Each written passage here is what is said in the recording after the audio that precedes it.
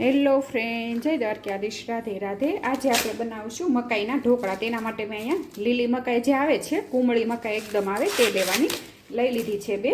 અને હવે તેને આપણે ઉપરના ફોતરા કાઢી લઈશું આવી રીતે અને સાફ કરી લઈશું। અને એકદમ કૂણી મકાઈ આવે તે લેવાની, તેનાથી ઢોકળા બહુ સરસ બનશે।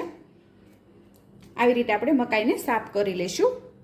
અને અહીંયા મકાઈને મેં સાફ કરી લીધી છે અને હવે તેના આપણે દાણા કાઢી લઈશું। અને આવી રીતે સરીના મદદથી આપણે દાણા બધા કાઢી લઈશું। અને તમે ખમણીથી ખમણ હોય તો તે પણ કરી શકો।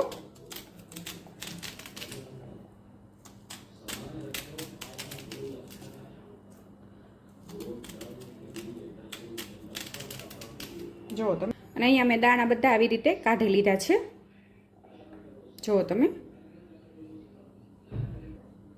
અને અહીંયા મેં મિક્સર જાર લઈ લીધું છે, તેમાં આપણે 1 વાટકી રવો ઉમેરશું। તમારે જેટલા ઢોકળા બનાવવા હોય એ પ્રમાણે તમારે રવો લેવાનો, અને તમે સૂજી પણ કહી શકો છો।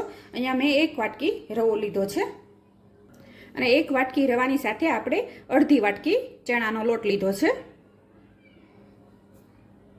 અને સ્વાદ પ્રમાણે મીઠું ઉમેરશું, અને થોડીક હળદર ઉમેરશું, અને આપણે મકાઈના દાણા જે કાઢીને રાખ્યા છે તે ઉમેરી દઈશું। અહીંયા મારે 2 વાટકી મકાઈના દાણા થયા છે ને 1 વાટકી આપણે સૂજી લીધેલો છે। 3 ચમચી ખાટું જે દહીં આવે તે ઉમેરશું, તેનાથી સ્વાદ સરસ આવશે। કારણ કે આપણે ઇન્સ્ટન્ટ બનાવીએ છીએ એટલે જલ્દી આપણે આથોય પણ આવી જાય। અને અડધી વાટકી જેટલું પાણી ઉમેરશું, અને ઢાંકીને હવે આપણે પીસી લઈશું। અહીંયા તમે જો મારું બેટર તૈયાર છે, આવી રીતે મેં પીસી લીધું છે। હવે એક આપણે વાસણમાં કાઢી લઈશું।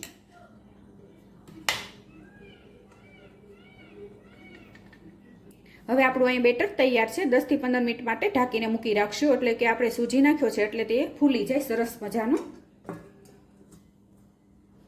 અને અહીંયા મેં તીખી મરચી લીધી છે 3 થી 4, અને લસણ અને આદુ તેને આપણે ખાંડી લઈશું દરદરું।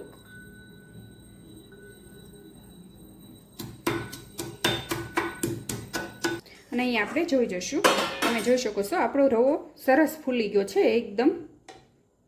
જો આવી રીતે ફૂલી જાય તો આપણા ઢોકળા સરસ બને। અને અહીંયા મેં આખી મકાઈ રાખી છે, તેનો ક્રંચ મોઢામાં આવે એટલે બહુ સરસ લાગે, તે ઉમેરી દઈશું 2 થી 3 ચમચી જેટલી। અહીંયા આદુ અને લસણ અને મરચાં જે આપણે ખાંડ્યું હતું તે ઉમેરી દઈશું, અને સ્વાદ પ્રમાણે થોડીક હિંગ ઉમેરશું, અને બધું મિક્સ કરી લઈશું। જેવું આપણે ઢોકળાનું બેટર રાખીએ છીએ તેવી રીતે ત્યાં રાખવાનું, અને ચપટી જેટલો ખાવાનો સોડા ઉમેરશું, અને તમે ઈનો પણ હોય તો ઉમેરી શકો, અને મિક્સ કરી લેશું।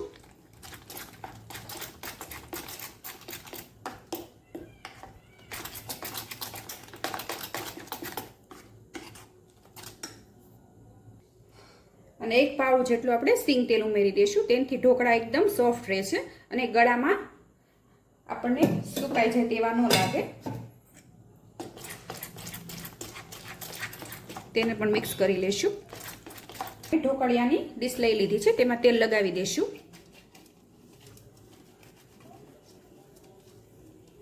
અને આ ઢોકળા 5-10 મિનિટમાં તૈયાર થઈ જાય છે। હવે તેમાં આપણે બેટર જે તૈયાર કર્યું છે તે ઉમેરી દઈશું।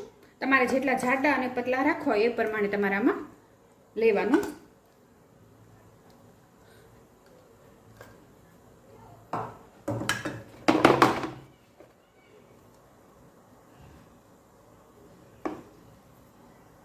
અને ઉપરથી લાલ મરચું ઉમેરી દઈશું, તેનાથી સ્વાદ પણ સરસ આવશે અને દેખાવ પણ સરસ આવશે।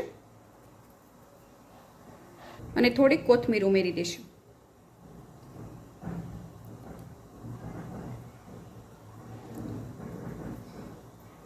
અને અહીંયા ઢોકળિયામાં પાણી પણ ગરમ થઈ ગયું છે, તેમાં આપણે આ ડીશ મૂકી દઈશું,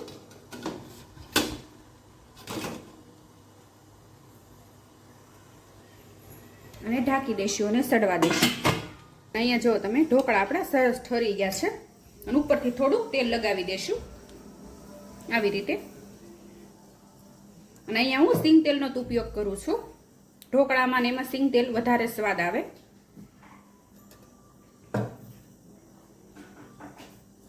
અને હવે તમને જેવા પીસ ગમે તેવી રીતે પીસ પાડી લેવાના.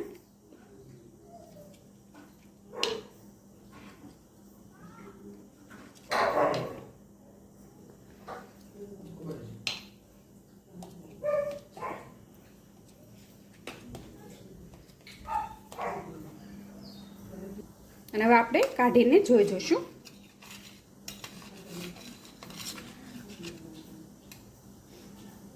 જો તમે સરસ એકદમ પોછા રૂ જેવા અને ખમણ જેવા બન્યા છે અને એકદમ જાળી પડી છે.